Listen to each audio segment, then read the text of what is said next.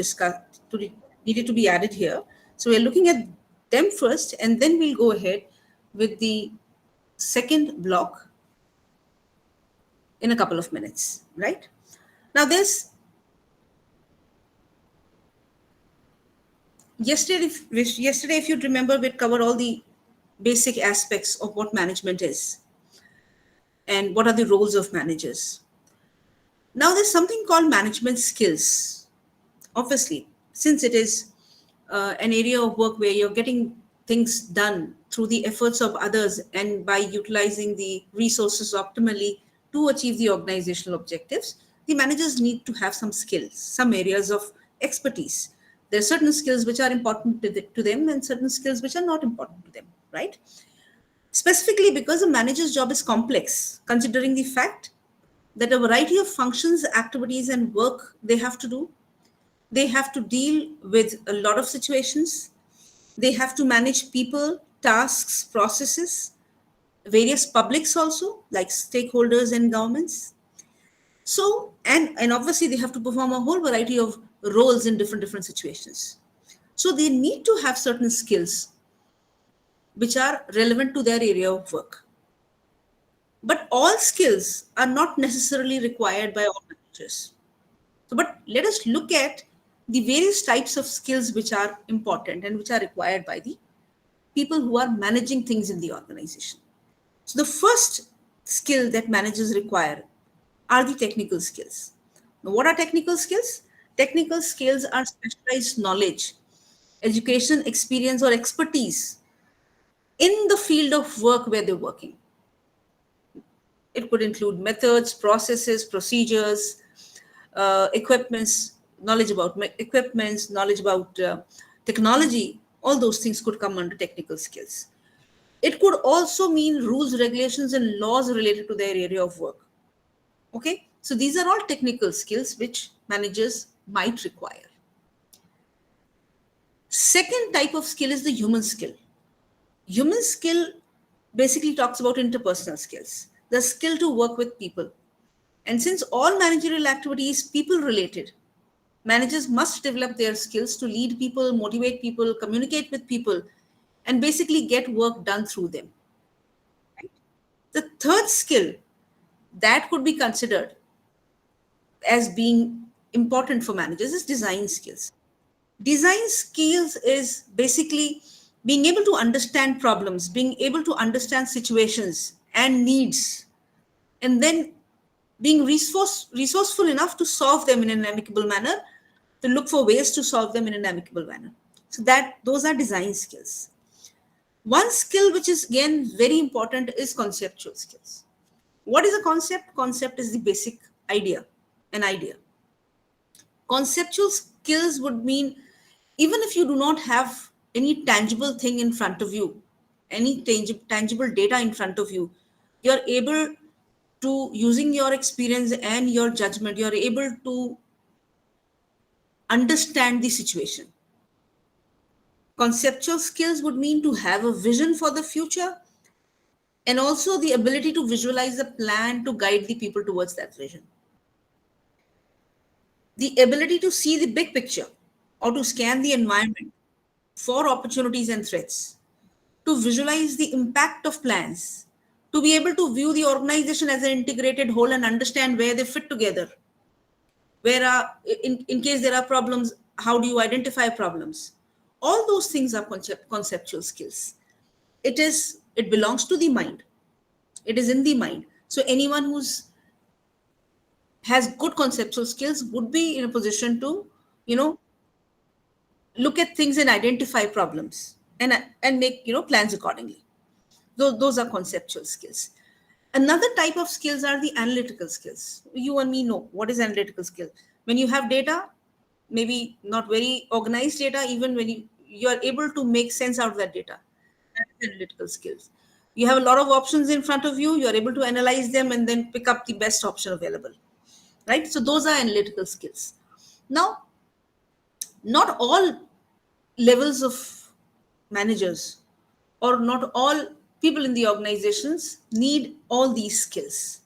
At certain positions in the management, Some skills are important, and at other positions or levels in the management, other skills are important. So if you look at it that way, the conceptual skills are required at the topmost level of an organization.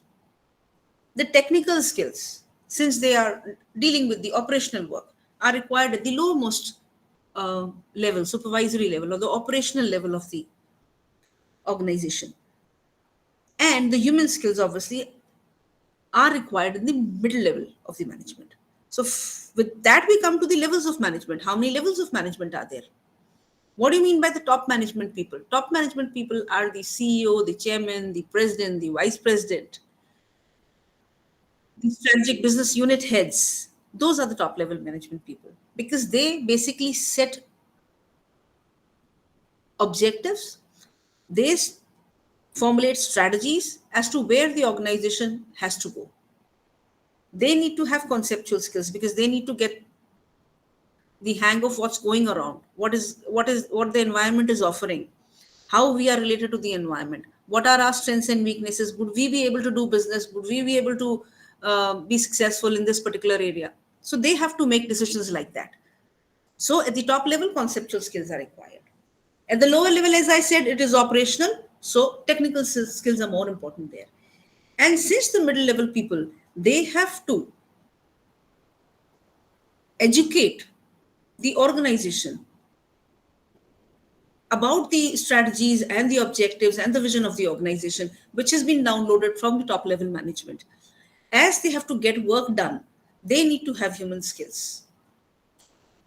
If you look at it that way, all the different variety of skills are majorly required in the middle level only because that is where the major work is going on, right? Now, that brings us to a small discussion that we need to have about the characteristics of a good manager. Now, we are going through this because this is some part which was, which couldn't be covered yesterday. So we need to cover this first before we go to the second block, like I said. So what are the characteristics of a good manager? If you look at the skills that we've discussed just now, we would understand that communication is important for a good manager. Understanding the vision of the organization is very important because that has to be downloaded to people. Everyone needs to be educated and trained about what the organization is going to do to achieve the organizational goals. Good managers also need to have independent thinking and they need to assume responsibility. Why? Because not every time they will have their bosses around to help them out. Then doesn't and if they are not able to think independently and assume responsibility and tackle situations on their own, they are not managers, then they are workers, plain workers, right? So independent thinking in situations, assuming of responsibility in situations where they are supposed to assume responsibility and where there is no one else to handle these problems, and in their work area, in their area of work, they need to assume responsibility and be accountable for things that they do. Knowledge, we already discussed. Knowledge about work is very, very important, whether it is at the top of the organization, whether it is in the middle level of the organization, or whether it is at the operational level. But yes, the kind of knowledge would possibly differ because the top management people need not know how a machine functions, but they definitely need to know what kind of technology is being used and how it can be improved upon. So, knowledge is required. Knowledge is an important aspect, which is a good characteristic of a manager, right? Taking the right decisions at the right time. But that is the job of a manager. They need to take right decisions at the right time. That is where the talent of an manager comes in. People who are able to take right decisions at the right time are valued in the organization. People who cannot do that are not valued in the organization. Demonstrating leadership and motivating the team. There's a there's a study material somewhere where I've come across what are the differences between leadership and managers. You have to go through that, please. Sometimes it's an interesting comparison. But do so, leaders. Let me ask you a question. If you know the difference slightly, can a leader be a manager, and can a manager be a leader?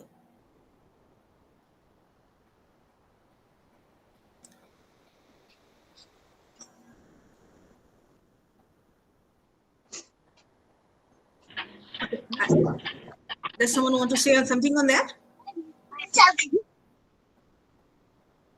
Okay, anyway, I think because of this distance thing, we cannot have too many interactions in between.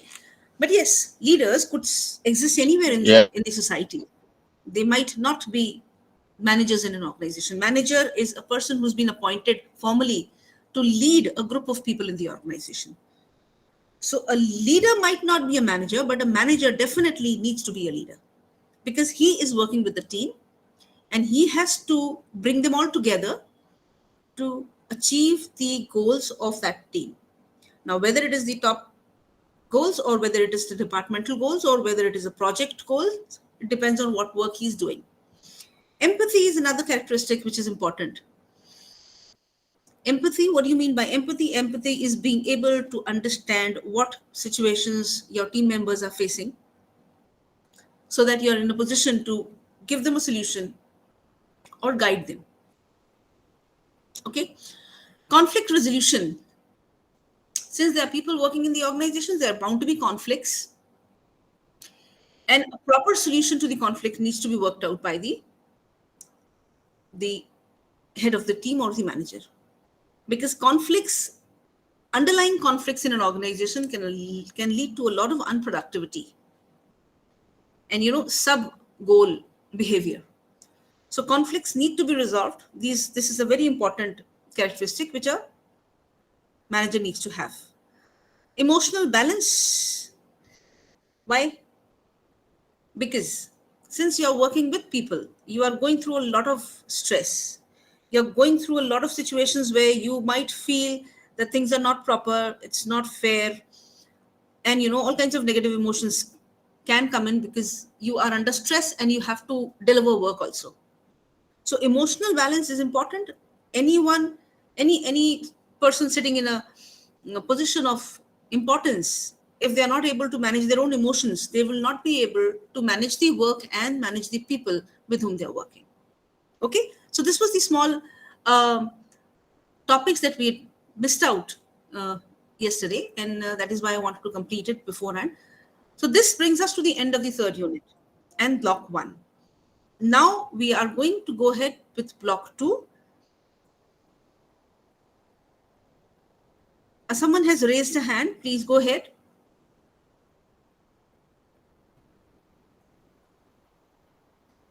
Nelson, do we have a question?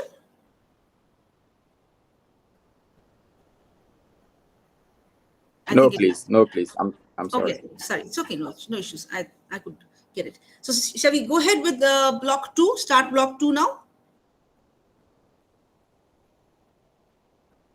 Yes, we go on. Yes. Thank you.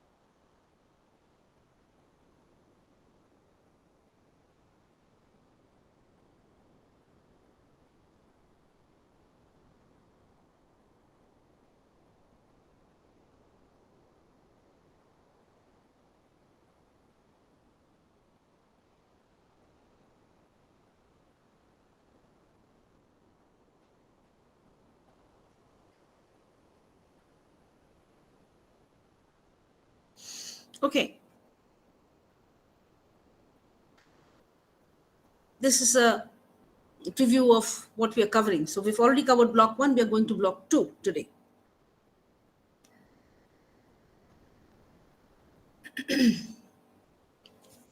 Now we've already discussed that management is a process, if you recall.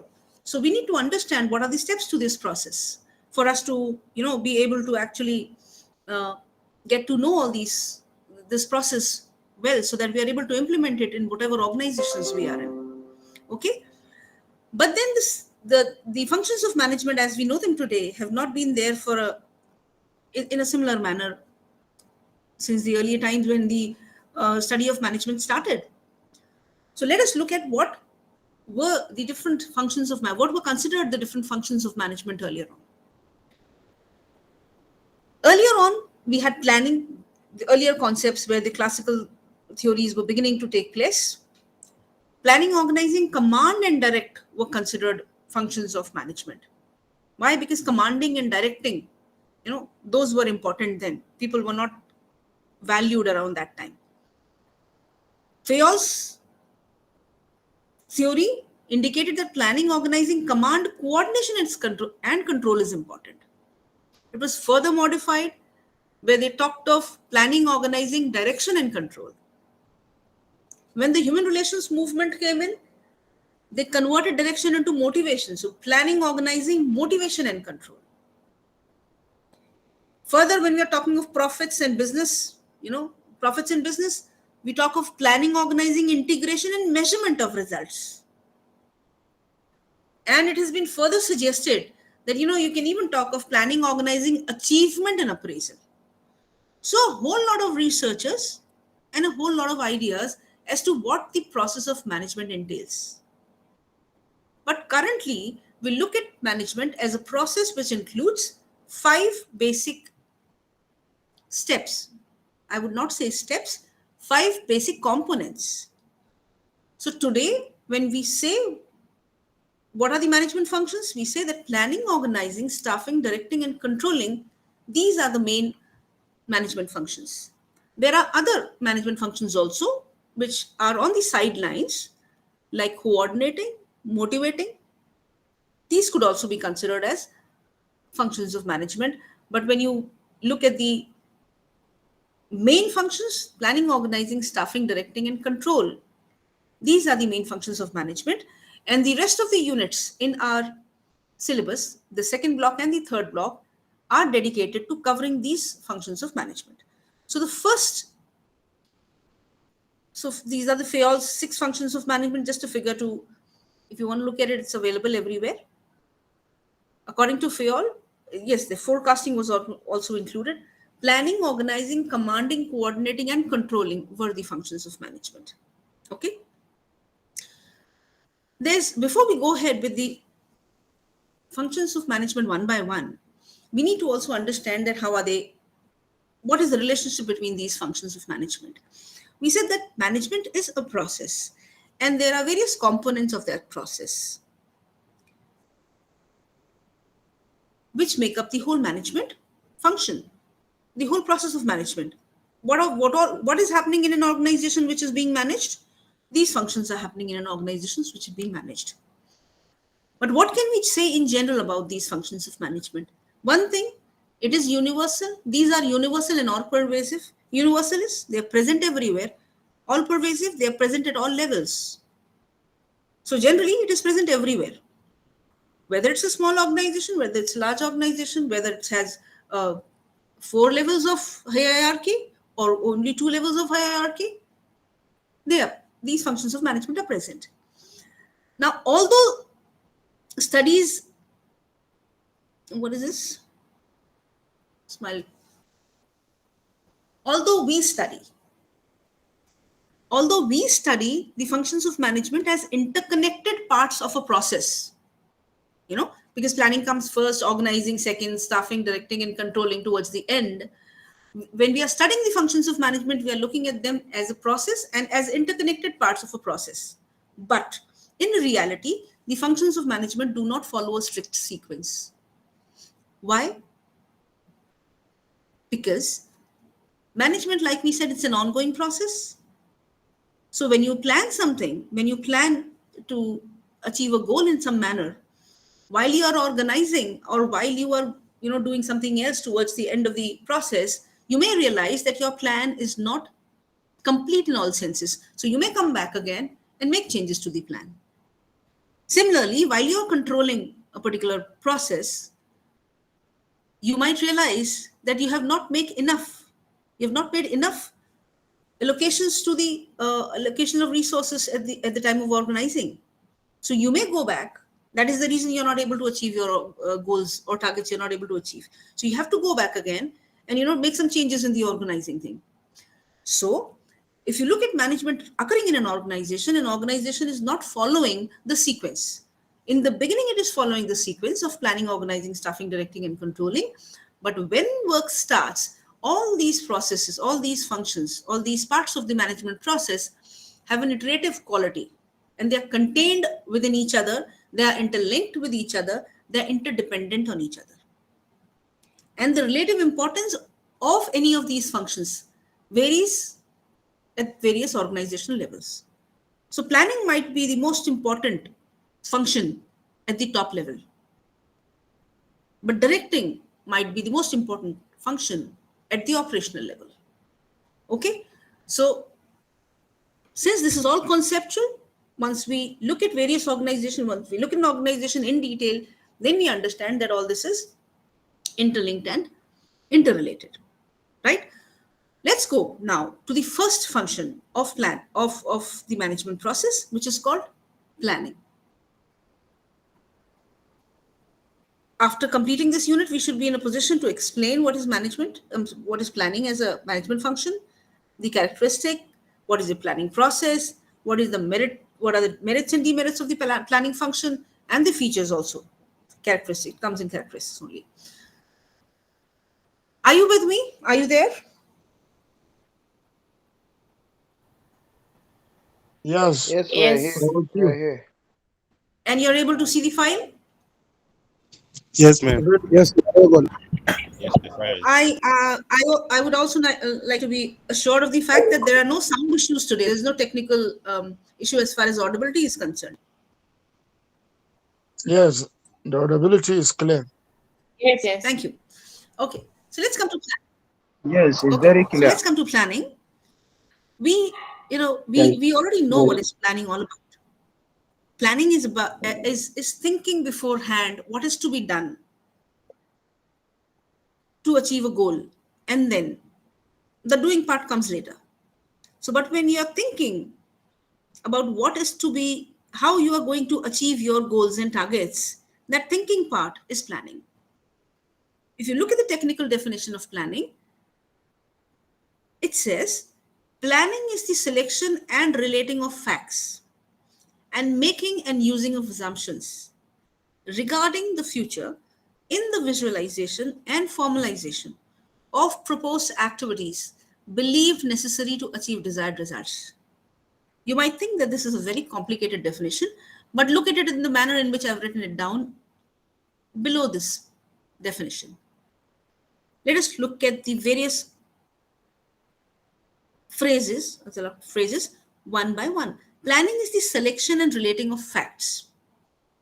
Selection and relating of facts would mean there are a whole lot of data around us, whole lot of information around us. We are selecting information which is important to us and relating it to each other so that we have some form of organized data, and making and using of assumptions. On the basis of that data, we assume things about what? About the future, regarding the future. And why do you want to do this? Why do you want to collect a lot of information, make assumptions about the future? Why do you want to do that? Because you want to visualize, think about, and formalize, put it in writing of proposed activities, what you're going to do, believed necessary to achieve desired results. So you start from desired results.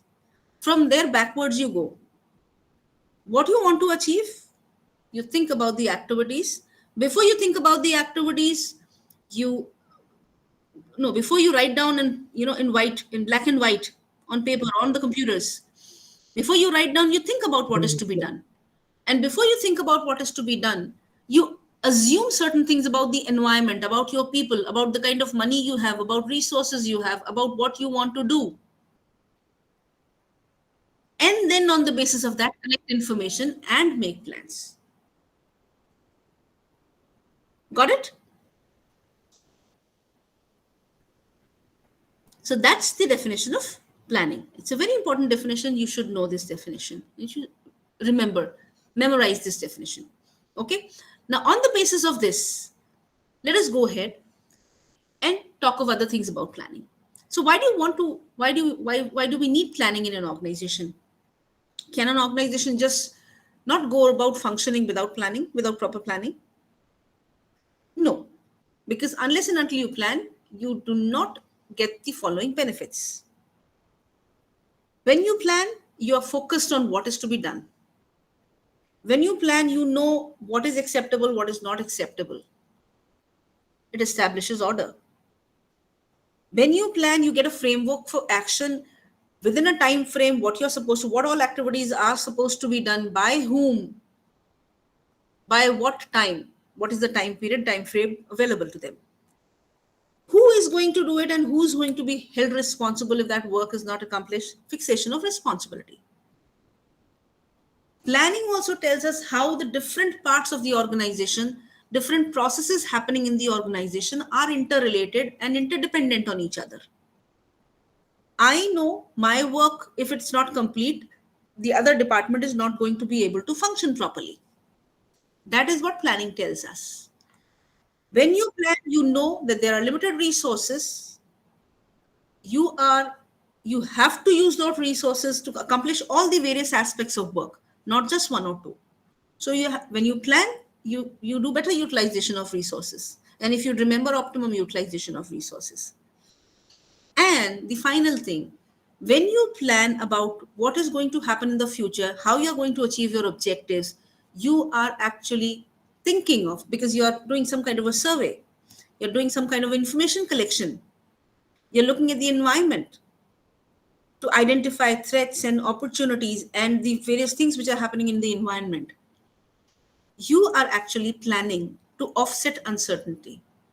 You may not be able to completely eradicate uncertainty, but yes, you might be able to visualize some problems beforehand and be ready with them to deal with them proactively.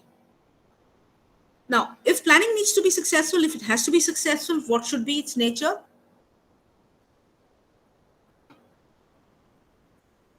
It has to be stable and flexible both. What do you mean by that? Not just anyone can change the plan, but people who are responsible for formulating the plans, if they feel, like we said, all the functions of management are iterative. So while evaluating why the proposed objectives we've not been able to achieve the objectives, if we come across some kind of a lacuna in the planning process, we should be in a position to come back and rectify that so that next time we are able to achieve the objectives, and the objectives are not influenced by the lacuna in the planning. So the planning has to be flexible and stable both. When you are working towards achieving organizational goals, you have to plan about each and every aspect of working. It cannot be like this, that you are focusing your attention on production and quality control, but you are not focusing on how you're going to achieve the marketing targets. So planning has to be comprehensive.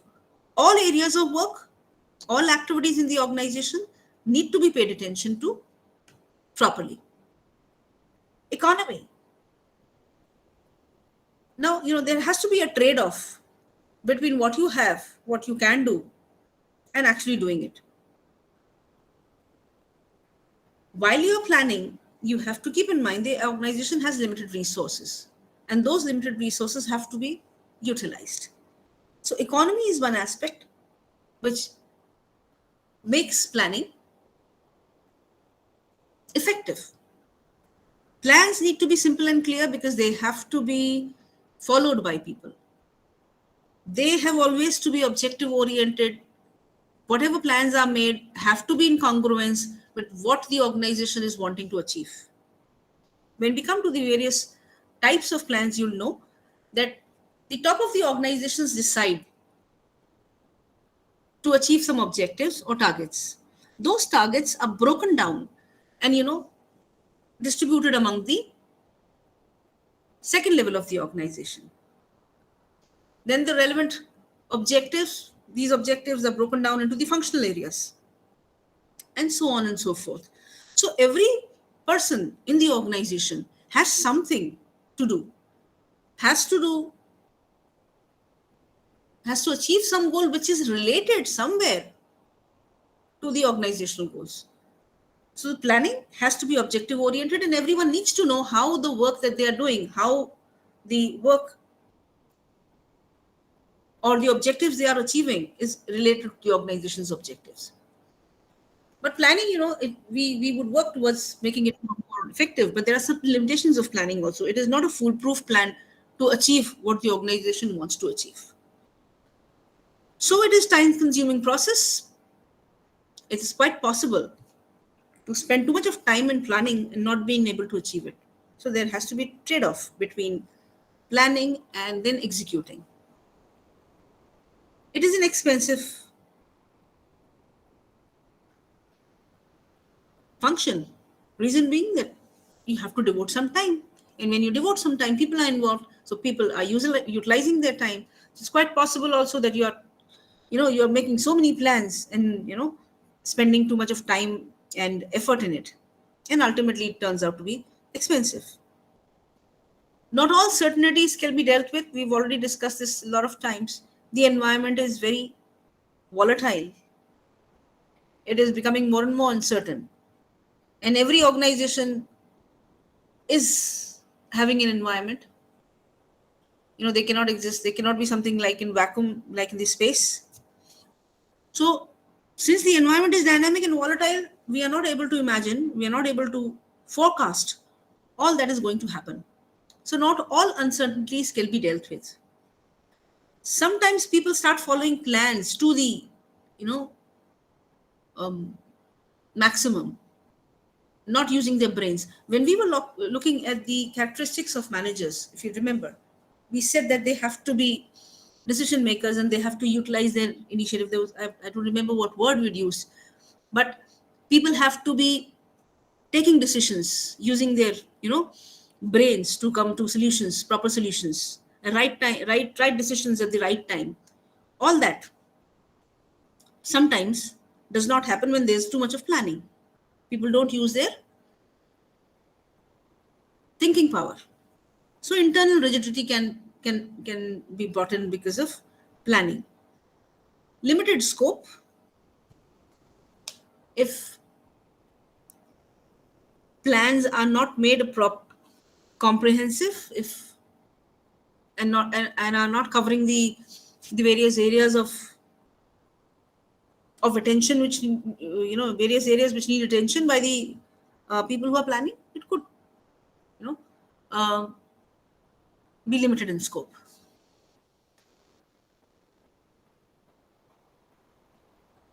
Before we come to the planning function, do we have the planning process? Is there something which we are not clear on? Since now we must be having a lot of people there. Let me see how many learners are there. We have 49 learners. Dear learners, does any one of you have any doubt on what has been covered till now today and also yesterday?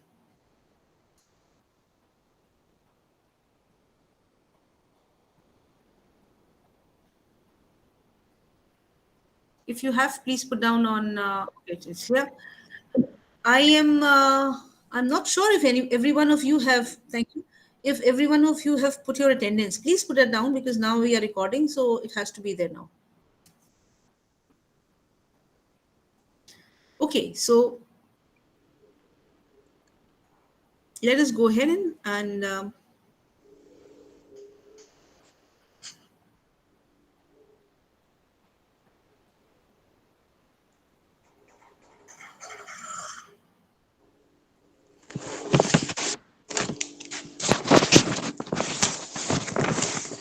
someone's mic is muted.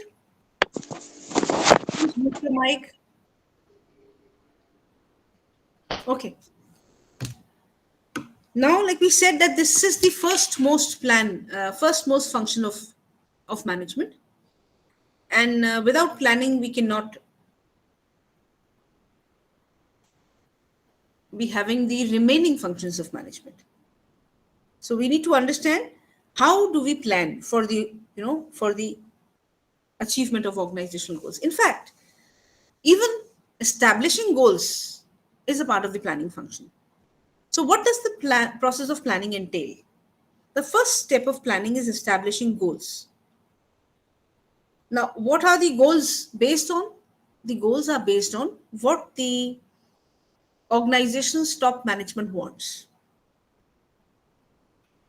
These could be about profit, these could be about market share, these could be about brand image, these could be about a whole lot of things that the organization wants to achieve. So the first step is thinking, what are the goals of the organization?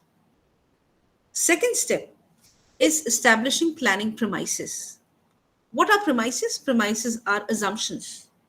Premises are informations on the basis of which we are going to decide the remainder of the process of planning. One important part or step of the process of planning is deciding the planning periods. So there could be long-term plans, there could be short-term plans, right? Like if we take an example, whatever's been planned in your academic counseling sessions and schedules and assignments and in your LMS is basically, what is the planning period? A planning period of 6 months. Okay. Finding alternative courses of action. For what? Finding alternative courses of action for achieving the goals. These could be department-wise. These could be, like for example, if one goal, topmost goal at the top of the organization is to achieve a market share of some percent, what could be the alternative courses of action? Could be improving the marketing function in some manner, could be improving the product features maybe, or the design maybe. This is actually to be worked out by the marketing department. But overall, what are we going to focus on for us to achieve the market share? This main thing has to be worked out at the step number 4.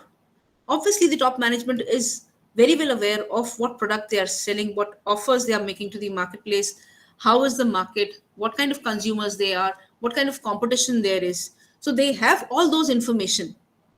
And on the basis of that, they might decide that although our product is very good, the consumers who are using the product, they are very satisfied, they're very happy with the product. So what are we lacking? We are possibly lacking in our marketing efforts. So that is one alternative course of action, right? So when they find out alternative courses of action, they could be, increasing the distribution channel. They could be going online with our product. It could be also a different form of marketing that also could be there. So there could be a variety of courses of action which you can take to achieve the goals of the organization. And after you find out a whole gamut of things that can be done, at step number 5, the evaluation and selection of the courses of action takes place. You evaluate all the options available, and you select maybe 2 or 1 alternative things to be done to achieve the organizational goal. Once you select, like for example, if the organization thinks that the marketing efforts need to be improved, then they are going to develop derivative plans. These derivative plans would be what? How are they going to actually convert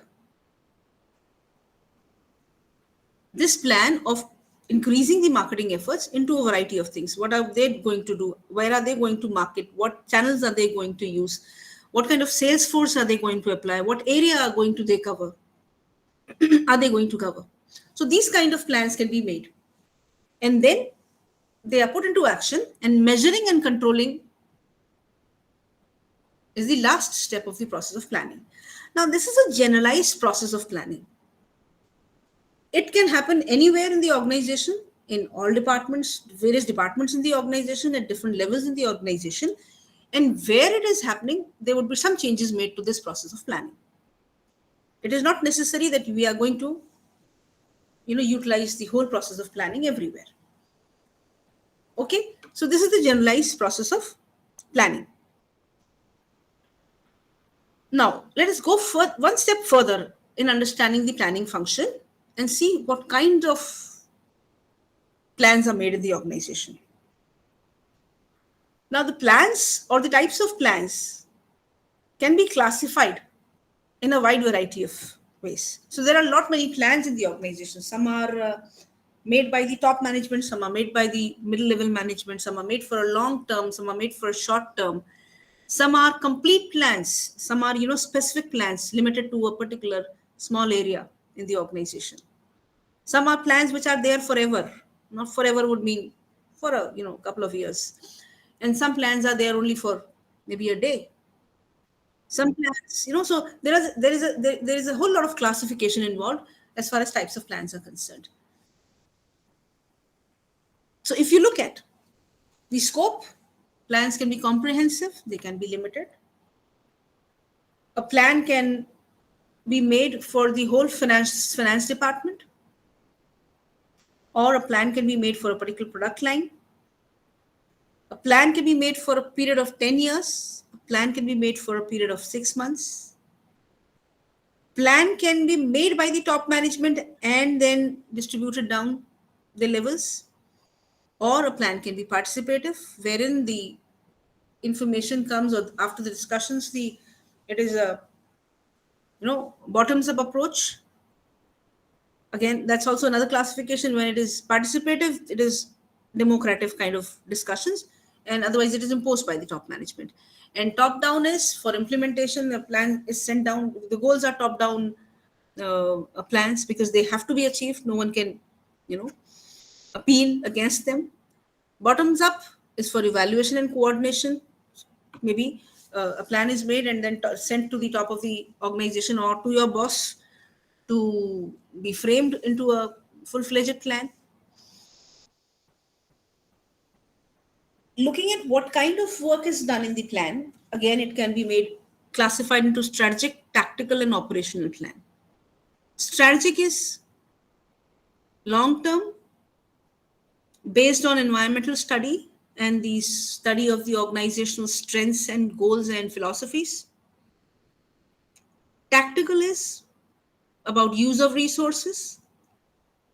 They're basically done at the middle level. They have more information and they are not uncertain. Strategic plans are uncertain because they are based on an analysis of the environment. Operational plans are very easy. Operational, they are related to the task and day-to-day work which is done in the organization, which generally does not involve uncertainties unless and until a machine breaks down or something happens in the shop floor, right? And there could be other classification also. You might come across other classifications when you go through when you do your preparations. Okay. Now, another thing which we need to discuss. Another thing, just a moment, I was not able to, yeah. Another thing we need to discuss about the planning function is the fact that, like we discussed, there are a variety of plans in the organization, a whole lot of classification also. You can describe a plan in various ways. Now, all these plans, they have a hierarchy in the organization also. These whole lot, just imagine that the organization is a vessel of some sort, and there are all kinds of plans inside it. Some are big ones, some are smaller, that kind of a thing. So what is this hierarchy like? If you start from the top of the organization, from the time when the organization was not even formed, there can be something called the purpose. for which the organization is formed. Now, this purpose basically is defined by the society. Like you start a school, you want to start a school for a particular segment of the society. Now, you call it a school and you run a hardware shop there. Is that possible?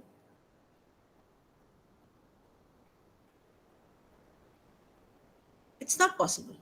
Why? Because society is defining that anything which is called a school has to be for educational purposes, and that too for small children. Okay? So the purpose is defined by the society. When a founder of an organization, when an entrepreneur, when a person who's thinking about starting an organization starts off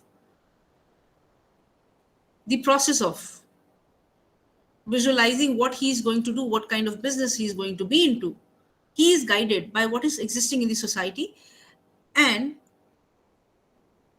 the purpose is defined by the society. The kind of business that he's doing is already existing in the society, and it is defined by the society. When an organization founder again starts off thinking about starting a business, he would have something in mind, some philosophy about what he wants to achieve, about what he wants to do, he or she wants to do. That is called the vision and mission. Vision is something which is in his or her mind while thinking about making an organization, and mission is something where that vision has been converted into a written statement of sorts to guide the organizations in the time to come. Okay, so these are conceptual things. Those are also called plans, but they are also planned, because mission can be a plan, because the mission, like we were discussing the other day, I'm not sure anyone is aware of the mission or the vision of Tesla. I don't recall completely, but they are about energy, transition of the world into, something like that. Just please go through it. So they are defining there what they want to do, what their business is going to be, what it stands for. All those things are defined, are there in mission and vision. Okay. Once the vision and mission is defined, objectives are worked out. Now here we come to a time frame. The objectives are worked out for a particular time period, maybe for a period of 10 years or 5 years or 2 years or 1 year. So basically it starts like this, that once the objectives are defined in the beginning of the organization, they are made for a longer duration, and then you break it down into smaller time frames, right? So objectives are plans. Then we have strategies. We have strategies in the organization. Now, what is a strategy? When you think about achieving an objective, you think about the environment. You think about what all conditions are existing. What does the organization have to do in different areas to achieve the objectives? Keeping in mind that the environment is like this, keeping in mind that our people are like this, keeping in mind that we have resources, what kind of resources we have. So when you take into consideration all these things and then make some kind of a plan to achieve the objectives, it's called a strategy. There are other kinds of plans also. I hope I'm audible. Yes, madam. Yes, ma'am. Okay. And are you following what I'm saying, or I'm like? Yes, madam. We're following. Yes, we're following, madam. Go on. Okay, thank you. So we have other plans. What other plans do we have? We have standing use plans. We have single use plans. That's another classification. Standing use plans are plans which are there for a longer period of time, and they are, they are made for tasks which are repetitive. And single use plans are for non-repetitive activities. For example, when we make the organization structure, when we place people in the organization, they know what work and they are educated about what work they're supposed to do. They are also told what they can do and what they cannot do. So this can do and cannot do are the policies. So a marketing person, if he knows that if the order, if a customer wants places an order for more than 10 units, you can give them a discount of so and so. That's a policy. Okay. When a person wants to take leave in the organization, he has to give an application, and if he remains absent, then that's the process of doing it. So policy about leave, policy about leaving the organization, policy about how people are going to conduct themselves, these are all policies. There are certain procedures, the procedure of filling up a form, the procedure of delivering an order, the procedure of making payments. Those are procedures. These are things which are repeated in the organization, and they have to be formulated because people need to follow the same kind of activities while doing these things. Certain processes as procedures are stepwise works one by one. Processes are also there, they're also defined. Methods, you might have different methods to complete some work, those are also defined.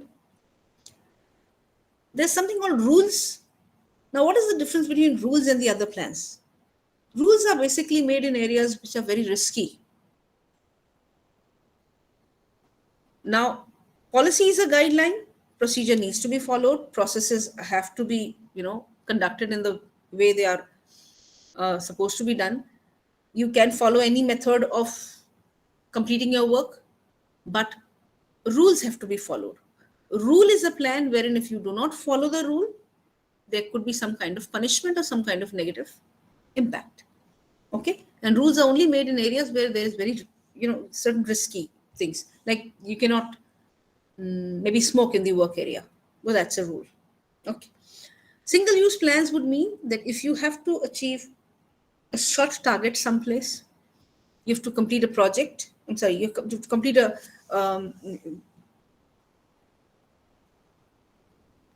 task which is not to be repeated maybe later on. If you have to achieve an objective which is only for 2 days in this year, you make projects, you make programs, and you make budgets. These are all single use plans, and they are made for non-repetitive activities. Okay, projects have a longer duration. Projects would involve a lot of resources also, a lot of technology also. Projects are basically those kind of plans. Programs could be like you had the induction program, that was a one-day affair. Okay, it involved certain things, but it is not as elaborate as a project. Budgets are financial statements of anything which needs to be done. So you can also have sales budgets. So anything which is not financial statements is a quantitative statement of what is going to be done. Right? You can do further reading on all these types of plans. I think we'll have to look at some of them. Purpose I've already explained. So it's a primary role defined by the society. Mission we've already talked of. These are the unique aims which set the organization apart from the others, and it emanates from the founder. Okay. Objectives, translation of the mission statement into concrete terms, and these are the end results which the organization wants to achieve. Similarly, objectives have different characteristics. They are multiple in number, which is obvious because they at the top level of the organization you make objectives, and they are divided amongst the different departments in the organizations. So there are multiple number of objectives at the same time in the organization. Projects can be quantitative and qualitative. Objectives. I think we need to take a 2-minute break, and then we'll come. Let me just see exactly what is the slide below this. Let's complete objectives, and then we'll take a 2-minute break. Okay. So like we said, the objectives are multiple in number. They can be quantitative in the sense of defining a number. It could be qualitative in general, like for example, increasing the brand, enhancing the brand image of the product. That's a qualitative objective. Objectives have a priority and a hierarchy. Hierarchy we understand because the top level objectives are, they trickle down to the bottom of the organization. And priority would mean there would be certain objectives which would be more important than the other objectives. So in case there is a clash, then the more important objective needs to be achieved first. Objectives need to be smart. They have to be simple and specific, measurable. Except measurable would be, you need to measure something. If you need to measure an objective, if you are, otherwise how would you know whether you achieved it or not? Acceptable, because only then people will work towards achieving the objective. Reachable and reasonable. You cannot have something as an objective which cannot be reached, because if it's not reachable, if it's not reasonable, if people are not able to do it, with a little stress of course, people are bound to resent. And objectives need to be time bound, because without time, if you give too much of space, then those objectives will not be reached properly. Right, so let's take a 2-minute break and then come to strategy and the rest of the, not a 2-minute break, it is 8:10 now, and we would meet, it is 8:08 according to my watch here. What is the time over there? Zohra, you have an observation? Please unmute yourself and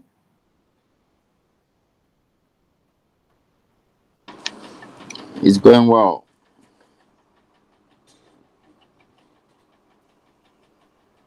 It's okay, ma. We are good to go. it's 4:37, 3:38. We have a wide variety of time zones, right? But that's a good thing. We've got to interact with so many people. Okay, so it is 8 here in India. I think we'll take a 3 or 4 minutes break and then come back. So I would be back by 8:12. Let's take a small break.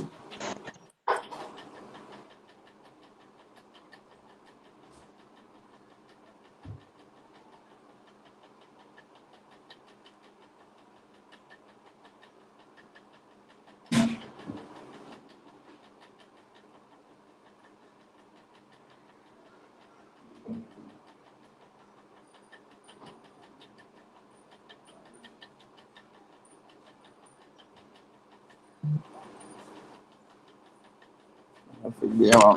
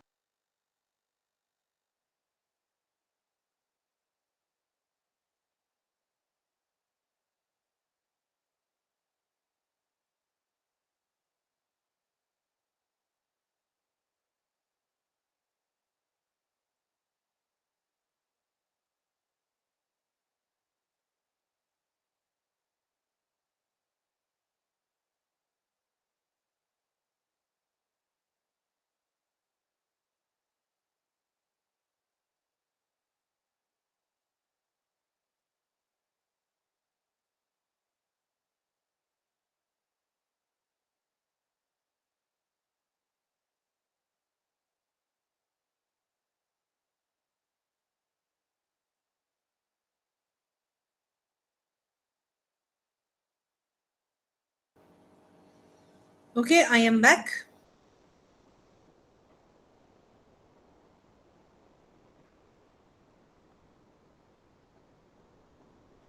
We have two raised hands.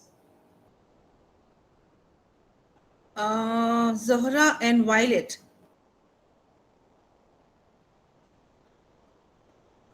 Do we have any question?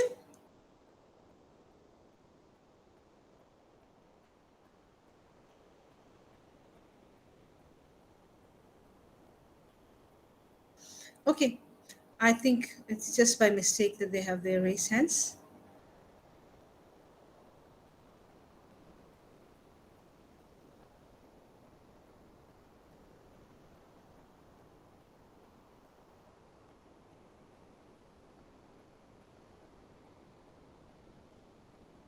Right.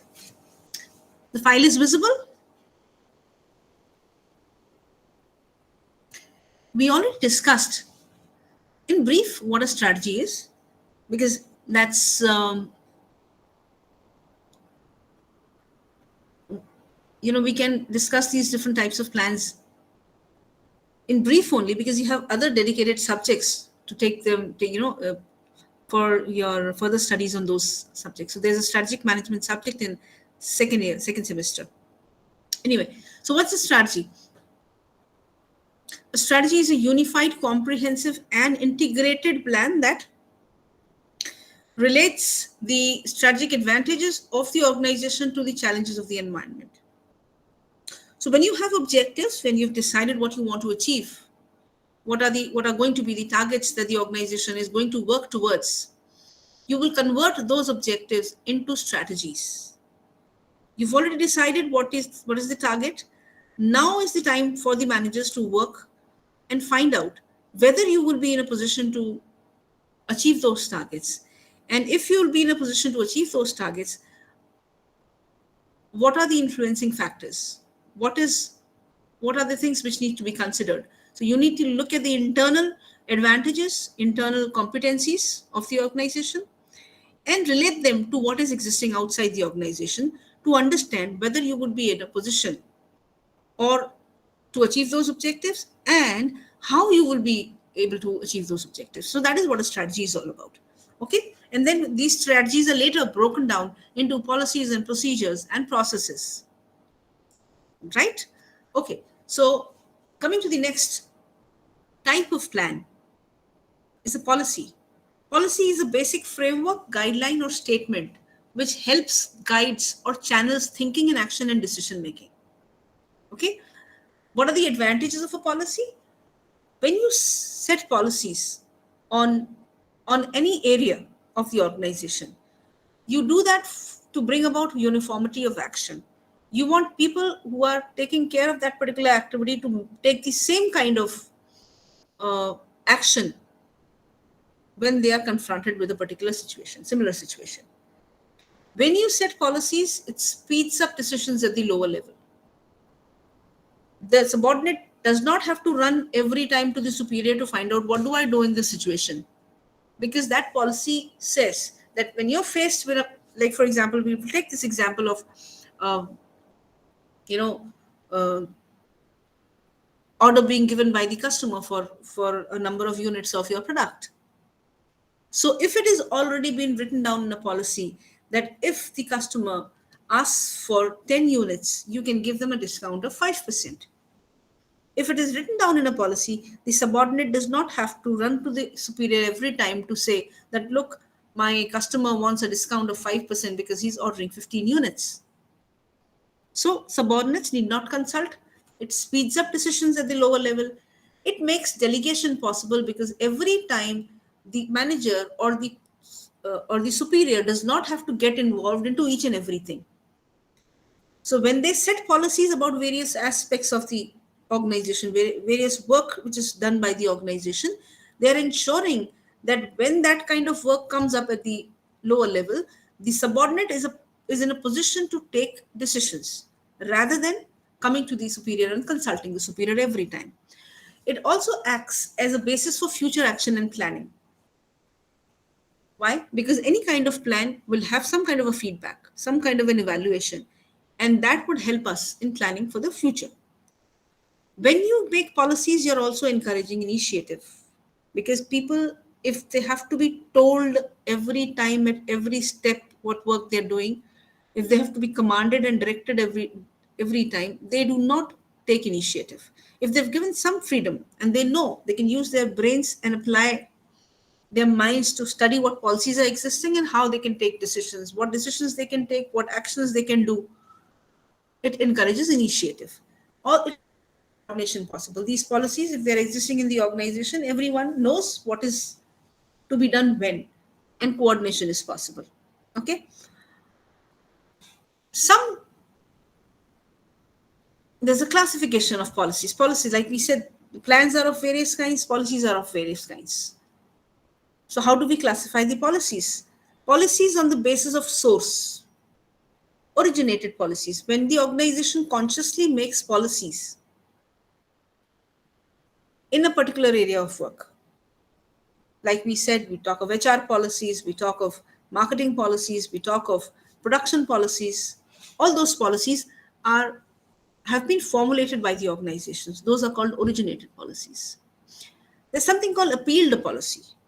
Now, if the customer comes to the marketing executive and tells the marketing executive, look, I want 20 units of this particular product, but I want 10%.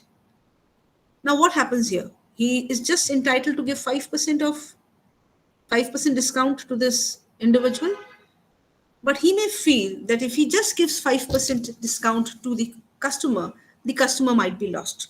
So what does the marketing executive do? He goes to his manager, tells him that, look, this customer is buying 20 units and we need to give him more discount. If the manager decides that 10% discount can be given, it becomes an appealed policy. That if the customer is purchasing 10 units, you can give him 5%. If the customer is purchasing 20 units, you can give him 10%. So those kind of policies which are generated during the working of the organization, which had not been put into place earlier, but they are put into place after the organizational employees bring some kind of a situation where the policy needs to be changed. Those are called appealed policies. Some policies are implied policies. Implied,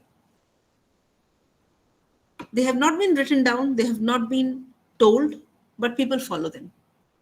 So when you go to an office, if it's a formal dressing is accepted, what kind of garments you're supposed to wear there. Externally imposed policies, which are externally imposed policies. These could be imposed by regulatory bodies, by the government, by the law of the place. Some policies which, like that, you have to spend some percentage of your revenue on CSR, on the corporate social responsibility angle. That's an externally imposed policy. The way you're supposed to dispose of your waste, that's an externally imposed policy. There are certain pollution laws everywhere. Those are externally imposed policies because the organization is not taking care of them on its own.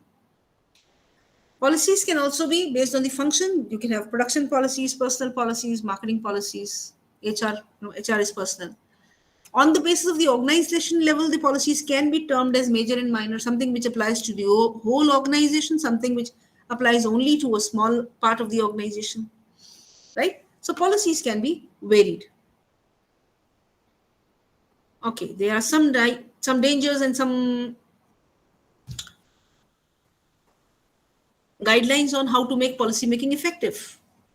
Now, generally, the whole organization is governed by policies. Objectives is something which we want to achieve. Strategies are something which help us achieve the objectives. And strategies and objectives together formulate the various policies in the organization. The people are working, whatever guidelines they're getting from the policies. So if you look at the amount of planning in the organization, policies possibly form a major chunk. So that is why policy is such an important thing.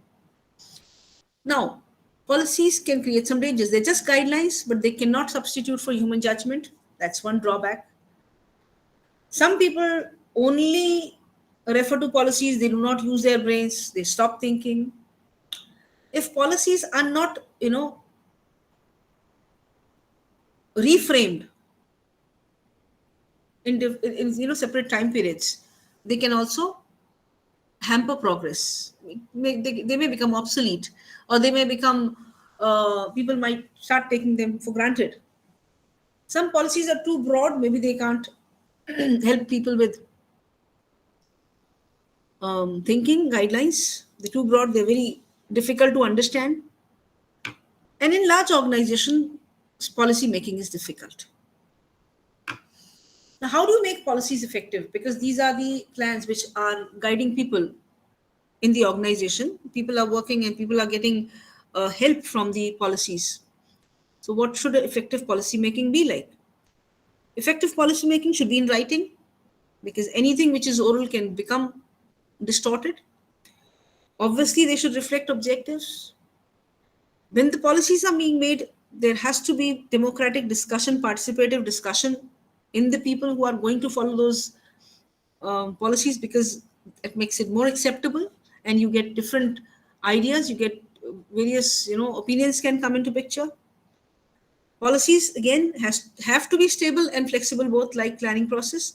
Why? Because if there's too much of stability, it could become rigid. If there's too much of flexibility, people can play around with policies. Policies should be such that they should not be detrimental to the society and to the employees of the organization. Policies have to be periodically reviewed and should be supporting each other. Okay? And that's a repetitive file, seems.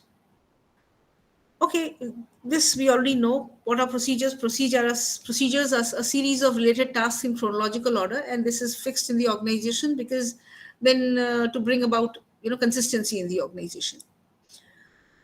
Methods are prescribed the way in which one step of a procedure is to be performed. So if there are 10 steps in the procedure, one step can, like for example, if the payment is to be made, the payment can be made by check, it could be made by some other forms, or it could be made by a UPI payment.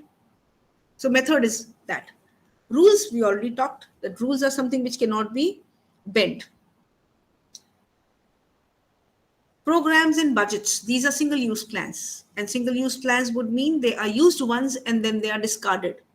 And then whenever another situation of similar kinds comes up, another rule, another program or a budget is made. So what is a program? A program is a precise plan with definite steps in proper sequence to achieve the objective. It includes all the activities. It includes people, it includes the time frame, it includes the resources, right? And for a program to be successful, it has to have proper time phasing and budgeting. Only then it can be a successful program, right? Now, budget is a financial statement prepared prior to a definite period of time of the policy to be pursued during that period for the purpose of the objective. So when you break down the objectives and the process of achieving the objectives into quantitative terms, it is a budget. For example, if we are supposed to achieve sales of 1,000 units towards the end of the year, the budget needs, there could be a sales budget which could say that 100 units have to be sold in the first month. By the period of 6 months, somewhere around 700 units have to be sold. And towards the end of the year, 10 or 1,000 units have to be sold. Now, what is the purpose of making a sales budget like this? For us to distribute the work, for us to evaluate the achievements, and also to ensure that a lot of pressure doesn't turn up at the end of the year. And I think you must already be aware of the budget, the financial budget, which is prepared in every country. Now, there's an important term which is related to the planning function. And this term is called management by objectives. It was proposed by Peter F. Drucker, the father of management, in 1954. And it's an important way of working in an organization and trying to achieve the objectives of the organization. But in actuality, it is not that much prevalent. Now, what is management by objectives? There's something called management by exception also. Has anyone heard that term, management by exception?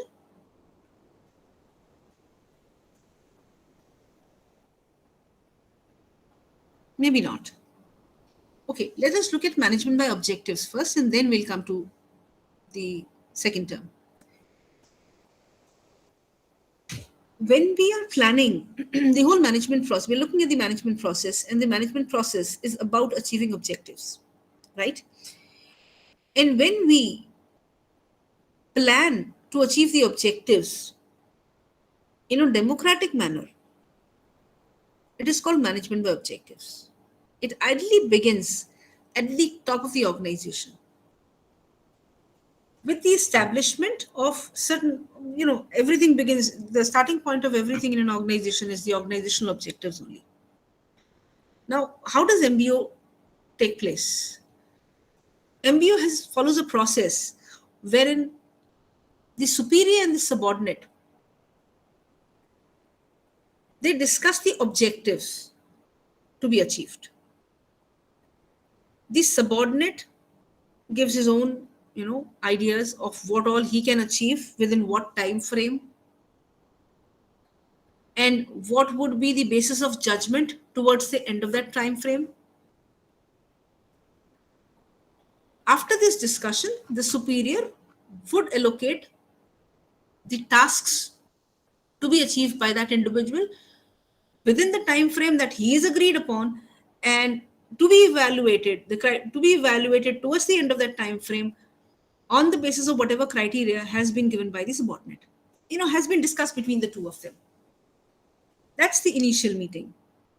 Once that time frame is over, there is another meeting where the accomplishment is reviewed. In case it is in line, well and fine, further on objectives are set. And in case it's not in line, then the deviations are analyzed as to why it was not the objectives could not be accomplished, and so on and so forth. Now, this similar meeting would happen with the other individual who's under that subordinate, and the rest of the individuals who are under that. I'm sorry, not the subordinate, the superior. So, in case there are 5 people working under a manager, the manager is going to have this kind of meetings with all the 5 people, and is going to distribute and divide the objectives which are to be accomplished by that department between those 5 people, right? Now, why does this, and this process is repeated over and over again, the whole process.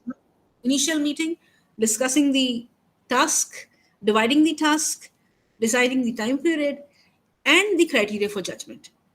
And then the review meeting or the appraisal meeting. What are the advantages, and why was this proposed? This was proposed by Peter F. Drucker under the belief that people, if they are given the freedom to choose their own targets in the conditions in which they want to work, would be in a position to achieve those targets better, rather than giving them, imposing the targets on them from the top down. So sometimes this kind of a arrangement is successful, sometimes it's not successful. Let us look at the whys of that. The advantages of following a planning and implementation process of this sort. It can happen anywhere. It can happen in all the departments.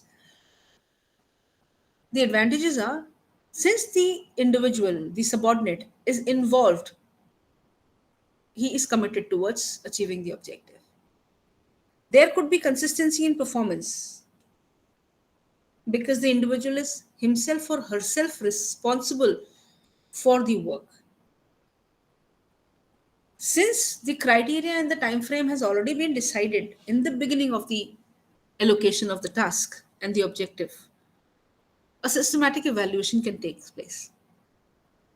But as I said, this kind of technique cannot always be applied.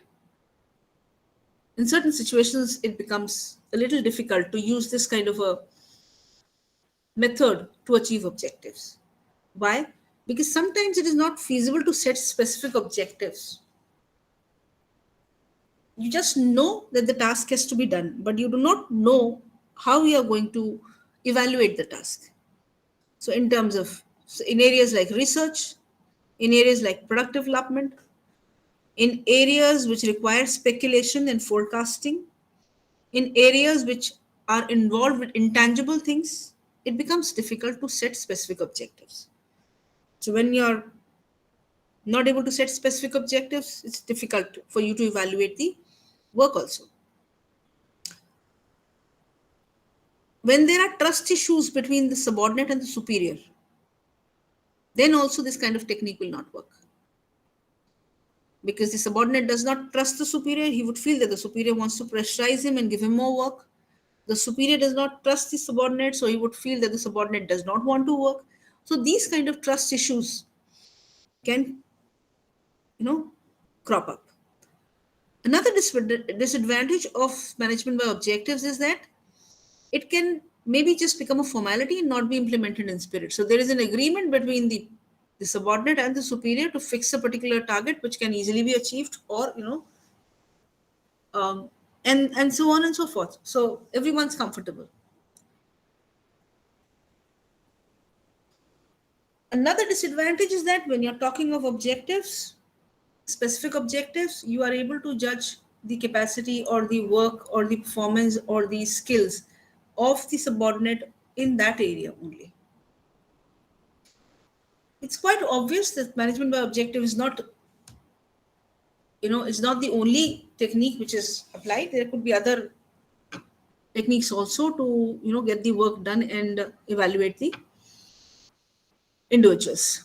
That brings us to the end of Unit 4.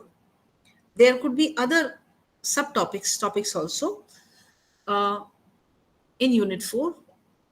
Like we discussed yesterday, I would like you to go through the study material and come up with any queries if you have any in the unit.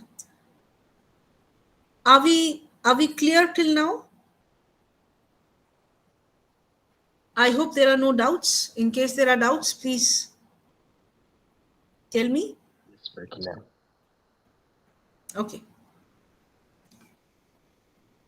Let's come to the 5th unit, which is organizing. That is the second function of management. If you recall, when we were looking at the functions of management, the first function of management was planning. The second function of management is organizing. Would mean once you plan how to achieve the objectives, you need to decide how you are going to put those plans into action.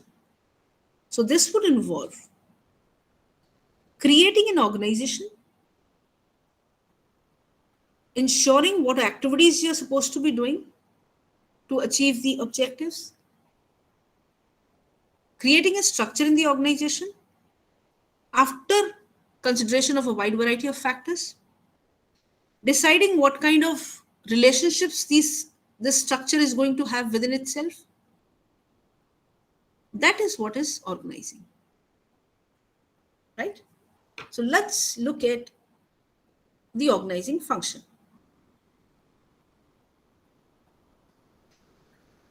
Now, when you hear the word organization, it can mean two things.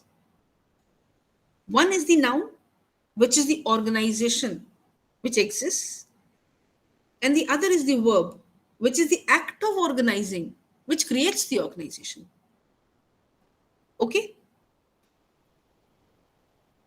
And why do organizations exist? Organizations exist because they want to achieve some goals for themselves, and they exist because they are basically doing three functions in the society. They are creating utility of some sort, they are distributing that utility to people, and they're also managing their own finances. So the act of organization gives us an organization. Here we are going to talk about the act of organization as a function of management. There are two terms associated with the formation of an organization. How is an organization? Let us not look at the organization which have a lot of resources and a lot of capital, and who can do all sorts of activities before starting off the organization. Let us talk of an organization which is started by one single entrepreneur, and with the resources that he or she has in her capacity. When an entrepreneur starts off an organization, majorly whatever work is being done in the organization is required to achieve the objectives or the goals of that particular organization is done by that particular individual. Slowly, when the organization grows, so they could be, suppose they are manufacturing some garments, so the individual is making it, stitching or making those garments and selling them himself or herself. So what is happening here? That finance is being handled by the entrepreneur. The utility part, the creating utility part, is also being done by the entrepreneur, and the distribution part is also being done by the entrepreneur. Slowly, when the business grows, this entrepreneur might possibly have some people to help for creating the utility, for making the garments. But the marketing in the showroom is being done by the this individual only. Slowly, as the organization grows, the main work of creating the utility and distributing the utility, more people are added in this main work. This kind of development of the organization is called line development, wherein more and more levels in the organization are added in the functions which are important to the existence of the organization. When the organization grows further, the organization needs help or support to procure raw materials, to ensure safety, security, to look after the employees, to provide other help related to these two areas, to these two main areas of work. When this kind of growth, so in the initial line development phase of the organization grows tall. The owner, then the manager, then the supervisor, then the workers, and then the labor, whatever. So in the line development, the organization grows tall. It has various levels. When the organization reaches a particular level, reaches a particular phase of growth, then it becomes little difficult to handle the work which is on the sidelines. In the beginning, the procurement, the distribution, the utility creation, the financing, the security, everything was done by only a couple of people, the entrepreneur and then the people who were helping him. But as the organization grows, the need to have people who can do these supporting functions increases, so that the line managers or the line people involved in the line or the main key activities, they can focus on the main work. That kind of development, when that happens in the organization, it is called the staff development. Staff development means that various support functions are added to the organization so that the line managers can do their main work. This is what happens in the growth of the organization, right? Now, how do you organize when the organization is starting off with a lot of funds, capital, everything. Planning function has happened, and now the organization needs to work on how, the structure of the organization is to be created, how we are going to achieve goals and objectives that have been decided by the top managers. So the top managers are there in the organization, and they know what is the mission of the organization. They know what is to be achieved in the next 1 year. They know what is to be achieved in the next 5 years, 10 years, 20 years maybe. And now it is their job to create the organization through the process of organizing, right? So the process of organization or organizing involves the following steps. One, know the objectives. Obviously, knowing the objective would mean what all tasks are required, what all activities are to be done, what kind of organization structure is to be created, how many people have to be employed, what is the scale of work required, what is the area required. All these things will depend on the objectives. If the objectives are small, if the objectives are simple, the scale of organization will be simple. But obviously the type of work will depend on the type of organization it is. The kind of activities which have to be done is decided. So if it's a service center of some sort, we know fairly well what kind of activities need to be done. If it's a school, you know what kind of activities have to be done. If it's an educational institute, you know what are the main activities which have to be organized, right? If it's a production unit, you know what activities have to be organized. So the activities depend on the objectives, right? So the first is knowing the objective. Second is identifying and grouping the activities into departments. So a production unit possibly will have a QA department, a procurement department, a production department. A school would have a teaching department, an administration department, a welfare department. So the activities are decided on the basis of the objectives, and then these activities are grouped into departments. The third step is deciding what departments are important, whose activities are crucial for achieving the goals. Other departments are serving them. So they are the staff functions. So when you're talking of an educational institution, the teaching is the main thing. If the focus is not on teaching, the other departments are just helping the teaching function out, right? Another thing which needs to be done during the process of organizing is deciding how much centralization and decentralization is there in the different departments. I think you are very well aware of what is centralization and what is decentralization. Centralization is about concentration of power, and decentralization is about distribution of power. So there could be some departments where you need to be centralized. The accounting departments need to be centralized. Even academic activity needs to be centralized if it's an educational institution. Why? Because it's a key department. You cannot give freedom in all areas of teaching. You can possibly give freedom on how someone wants to conduct the course, but you cannot give freedom as to the structure of the syllabus, as to the methods which are adopted, right?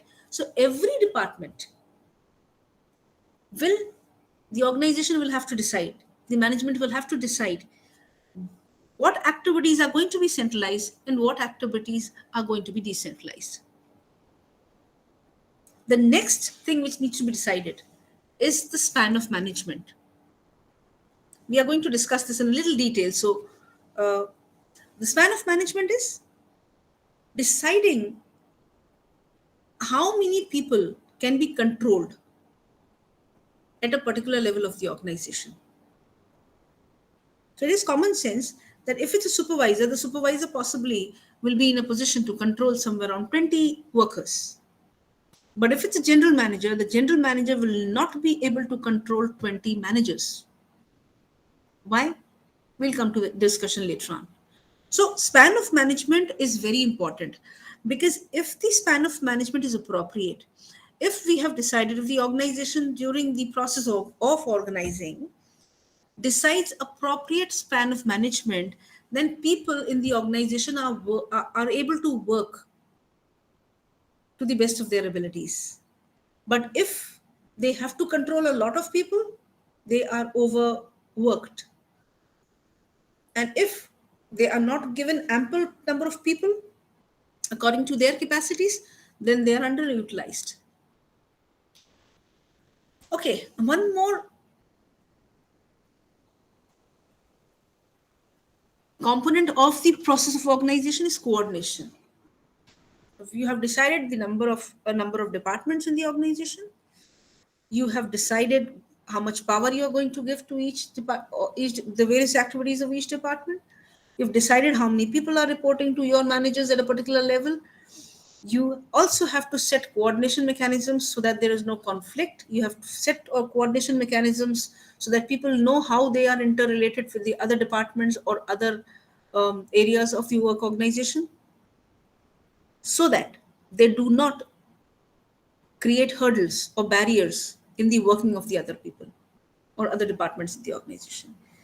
And lastly, you also have to ensure that everyone in the organization keeps the goals in the perspective, right? So that they don't lose their vision. Now, there are certain things which we have to talk in detail. Departmentalization is one. What is departmentalization, if you remember? The second step in the process of organization was creating departments. Now, how do you create departments? That's important to know. Departments are created by differentiating the different activities into segments. And why do you do that? That's common sense, which we also read when we were talking of Fayol's 14 principles of management. When you want people working in a particular area, when you want people doing the similar kind of activities to take advantage of each other's experience, to be able to discuss with each other, also to take advantage of the division of labor and specialization, we create departments. Departments can be created in a variety of ways on various bases. So in the organization, if you feel you definitely do have a functional departmentalization, because all similar activities are grouped together. So we can have a marketing department, we can have a R&D department, we can have a production department. Basically everywhere, all the production firms, they have this kind of departmentalization because they require these functions.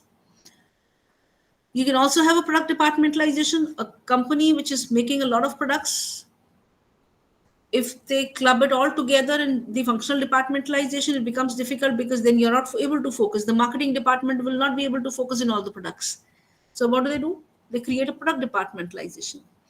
They create separate departments for products, and these separate product departments have their own functional departments.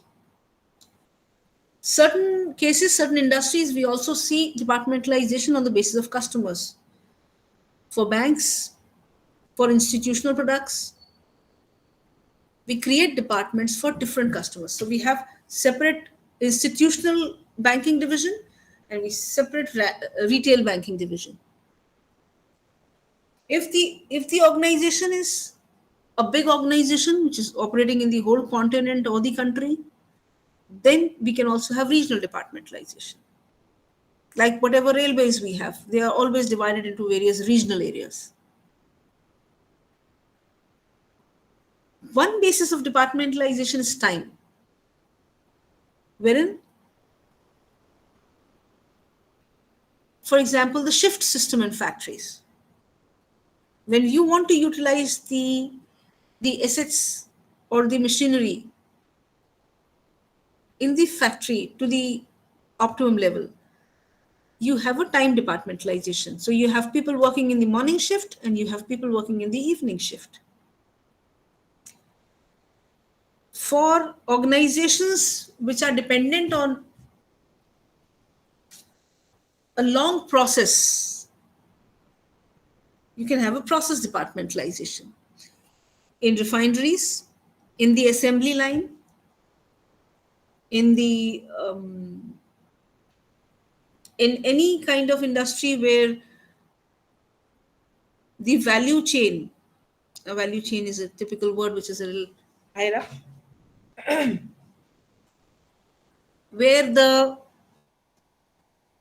whole process of creating the product or the service can be distinctly divided into steps.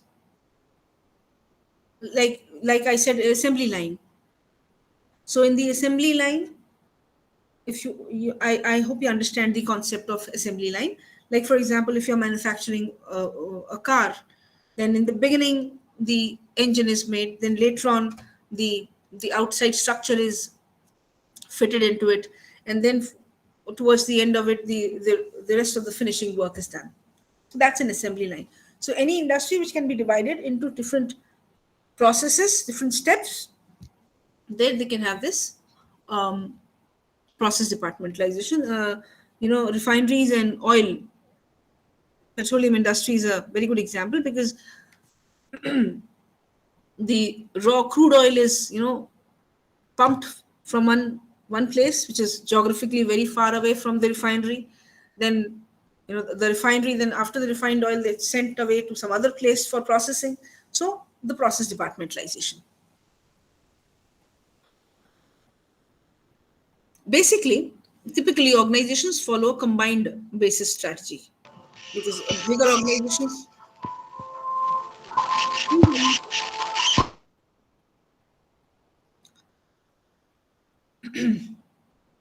so different levels have different bases of departmentalization in the organization. So a multi-product organization could have, possibly at the top, they would have a product departmentalization, then they'll have functional departmentalization, then in the marketing division they might have departmentalization on the basis of customers. So any organization can be a combination of various bases of departmentalization. There's something called a matrix organization, where the structure is very organic, wherein for small projects, the functional and the product departmentalizations exist together.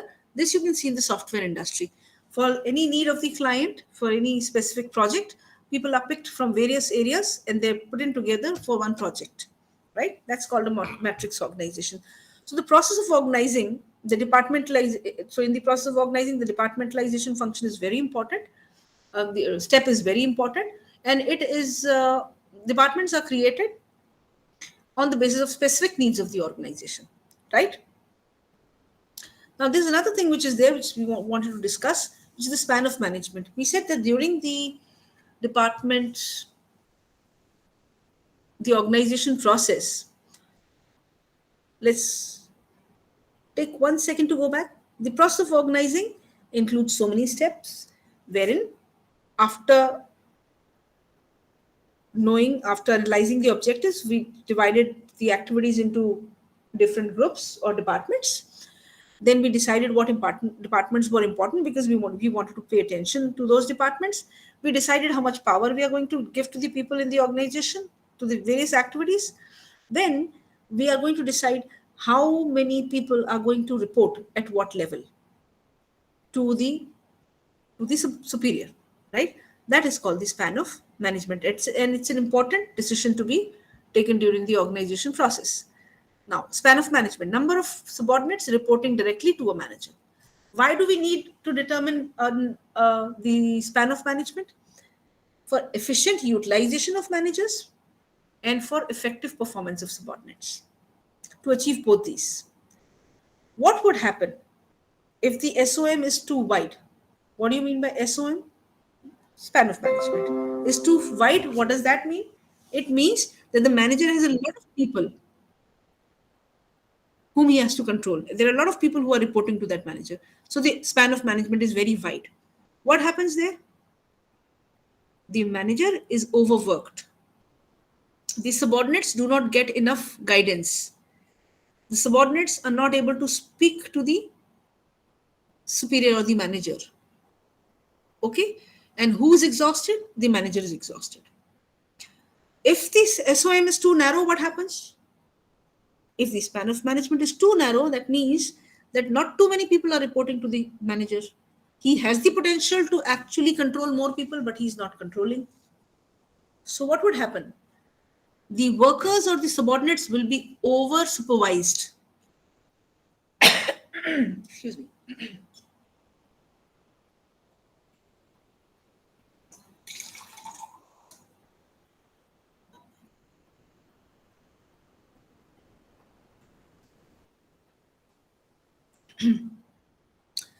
So the subordinates will be over supervised, over pressurized, and the manager or the superior would be very happy, will be very relaxed. That also is not good. So in both these cases, the cost to the organization will be high. They are not appropriate. They're not good conditions. So it is imperative to have an appropriate span of management, which leads to effective supervision. Effective supervision would mean that the manager is not highly pressurized, neither the manager is highly pressurized, nor the subordinate is highly pressurized and highly supervised. Okay, so what factors decide that the span of management is appropriate? So appropriate span of management depends on the ability of manager. If we are able to see and decide that at a particular level of the management, the ability of the manager is high.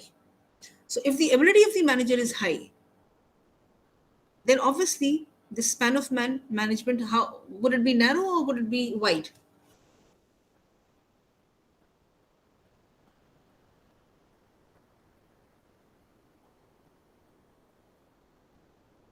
I'm asking you, if the manager is able, if his ability is high, how many people can he control, less or more? More. You can control more. More people, yes. Similarly, if the ability of the employee is high, then what can be the span of management, wide or narrow?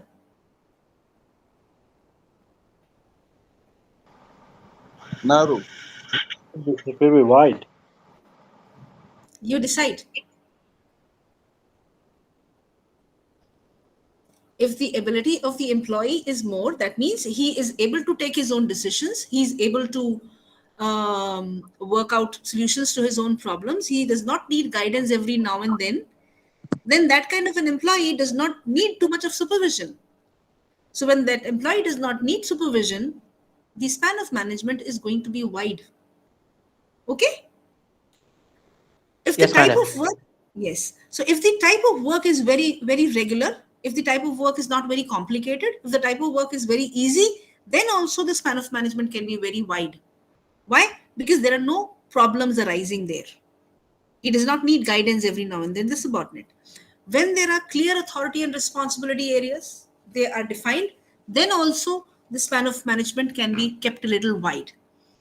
Because there is clarity on who is going to do what, who is responsible for what work, and what authority the subordinate has to get the work done.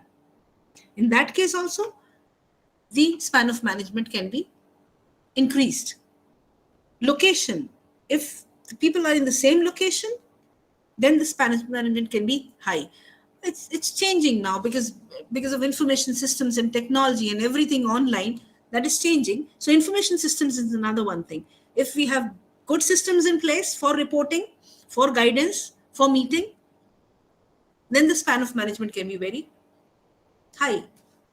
Let's look at our example. We can have possibly 100 people attending an online class, right?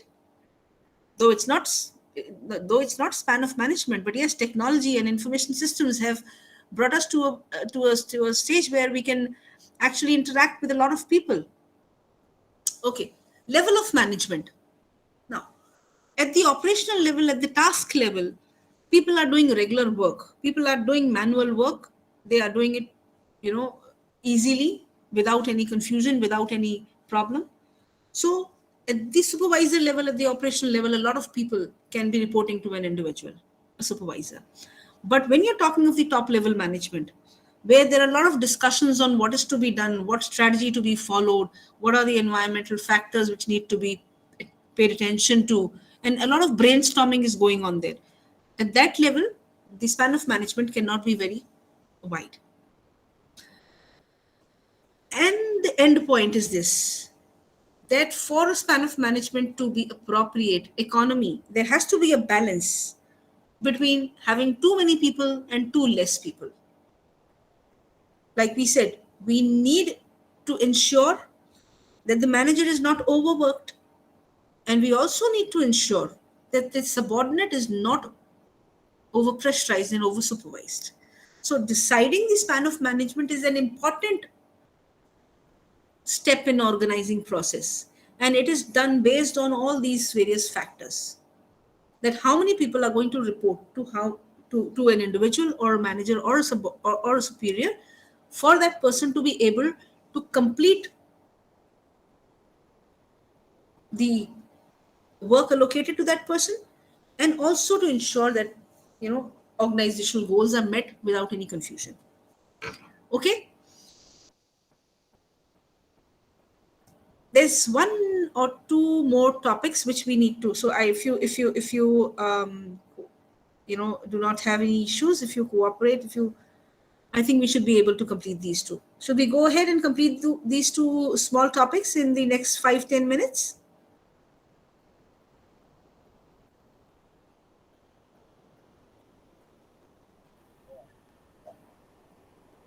Okay. Yes, okay, go ahead. Yes, you can go Now, ahead. thank you.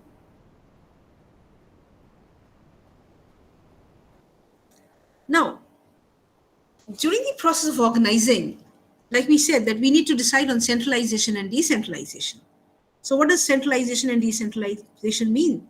Centralization means that only few people have the authority to take decisions, and decentralization means that people who are related, they can take decisions to the area which is related to their work. Okay? So what do you mean by centralization? Centralization is having the authority. And what is authority? Authority is the right to issue valid instructions which others are expected to follow. There are some aspects to it. Authority is formal. It is mentioned in the organizational rules, in the structure. That is one. Authority can also be conferred authority. Authority can also be on the basis of personal qualities. And authority can also be by virtue of knowledge. But here, we are only talking of the formal authority. Okay, so when we need some guidance about a technical thing, that we may go to someone whom we say that is the authority on that particular topic, right? So we're not talking of the conferred authority. We're not talking of authority on the basis of personal qualities. Since we are looking at the organizational process in the as far as management is concerned, we are only concerned about the formal authority here. Now, managers cannot do all the work. How does centralization and decentralization come about? Managers have a lot of work. Anyone who's sitting in a position, who knows that he has to achieve a number of objectives, he cannot do all that work himself. He's got subordinates, and he has to tell them to do that work. Okay, so some work he or she will tell the subordinate to do. Some work he will do it himself, right? And along with that work, that person will also be given some authority to complete that work. So if he's supposed to get some resources, that those resources are allocated to that subordinate, so that he's able to do that work completely. This kind of thing is called delegation. Giving the work and also giving the authority and the resources to complete the work is called delegation. But when the work is delegated to the subordinate, the superior also has that authority.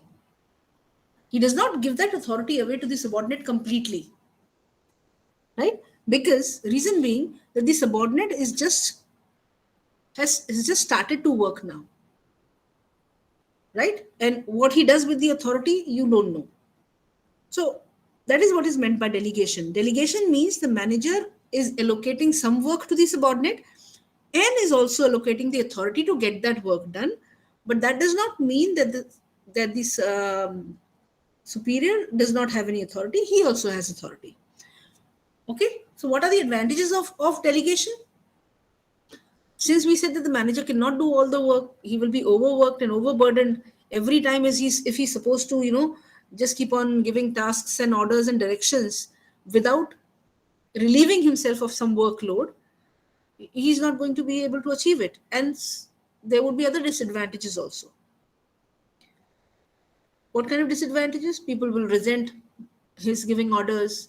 They will not develop themselves. They will not get the training to actually complete the work area.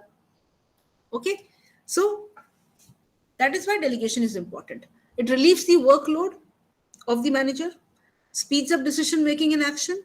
Why? Because it is being done without consultation.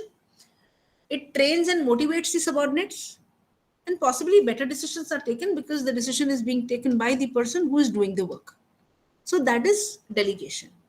Over a period of time, when delegation keeps on happening for some time, it leads to decentralization.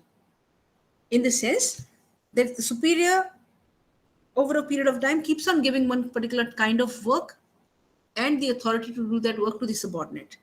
After 6 months, 1 year, possibly that subordinate is so trained in the work that now he can handle all the situations, all the circumstances related to that area of work. So what will happen? The manager will completely hand over the task to the subordinate and then also the complete authority to that subordinate. And the manager will now not interfere or not supervise the subordinate. That is called complete delegation to that individual. If this happens in the organization over a long period of time, not just in one area, but in other areas as well. Subordinates are getting trained, they are being delegated the tasks over a long period of time. They are very familiar with the work that they're doing. They know how to use that authority which has been conferred to them. Over a long period of time, this leads to decentralization of the organization. Mind you, decentralization can never be complete. In the whole organization, the superior cannot just relax and not do anything. So decentralization is not a complete term, but yes, overall culturally, you can say that an organization is decentralized. Why? Because the subordinates have the freedom to take decisions in their work areas, and they are experienced enough, trained enough, developed enough to do that, and the top management trusts them to take decisions of those areas. They also have the authority. So that kind of thing, that kind of culture in the organization is called decentralization. And there's a difference between delegation and decentralization. Delegation is a process. It leads to the end result, which is decentralization. Not necessarily. Not all delegation would always lead to decentralization. If the managers or the superiors do not want to give complete authority to the subordinate, decentralization does not happen. Only delegation happens. Delegation is related between individuals. Decentralization is about the whole organization. Delegation does not relieve the superior fully of responsibility. In decentralization, superior is relieved and subordinate becomes liable. In delegation, structure of the organization does not change. In decentralization, structure changes. The task is not mentioned with the superior, it is mentioned now with the subordinate under his name.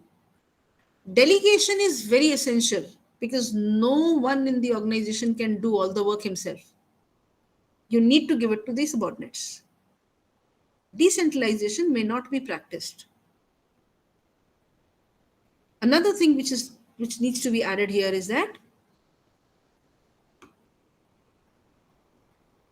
this decentralization concept is not very widely prevalent. Only a few organizations follow decentralization to some extent. Completely, it is very difficult to implement. Okay, I think we would stop here, though we've not been able to complete the block 2. One unit is left. I think we should be able to do tomorrow. I'll speed up the things tomorrow, and then we should be able to complete it tomorrow. Okay, now, so do we have any queries? Do we need to take up some questions today? Or is it very clear and you are comfortable with the unit number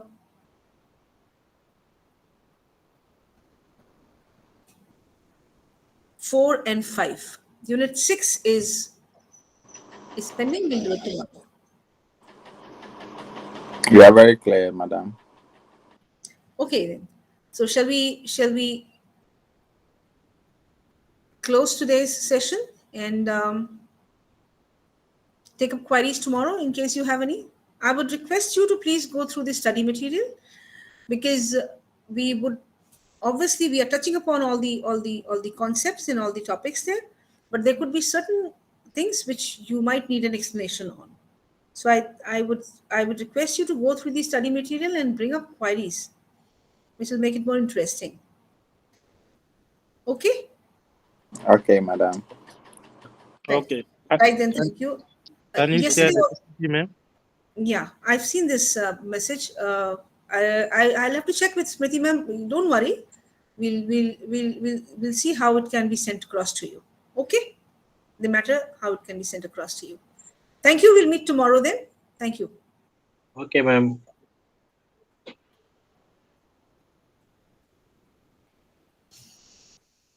Bye for now.